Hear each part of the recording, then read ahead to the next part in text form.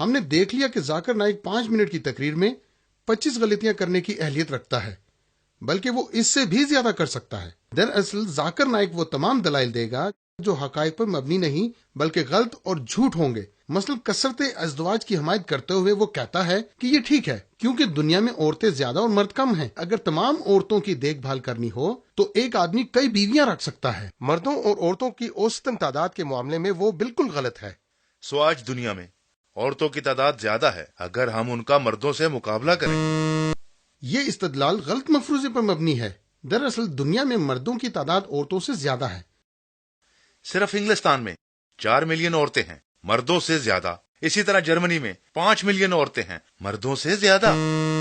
اگر معلوم کرنا ہے کہ دنیا میں کتنے مرد اور کتنی عورتیں ہیں تو دنیا کی حقائق کی کتاب دیکھنے سے پتہ چلے گا کہ جرمنی اور انگلستان میں بلکہ ساری دنیا میں عورتوں سے زیادہ مردوں کی تعداد ہے۔ مثلا جرمنی میں ہر 100 خواتین کے لیے 104 مرد ہیں، انگلستان میں ہر 100 خواتین کے لیے 103 مرد ہیں، اور دنیا میں ہر 100 خواتین کے لیے 102 مرد ہیں۔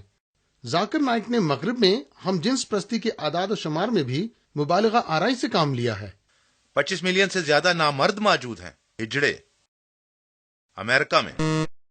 درست اعداد و شمار کے مطابق امریکہ میں صرف 2.3% لوگ اپنے آپ کو ہم جنس پرست سمجھتے ہیں، جس کا مطلب ہوا کہ 25 ملین نہیں بلکہ 3 ملین افراد اس کا شکار ہیں۔ اگر ذاکر نائک کے اعداد و شمار درست ہوتے تو امریکہ کا ہر غیر شادی شدہ مرد ہم جنس پرست ہوتا۔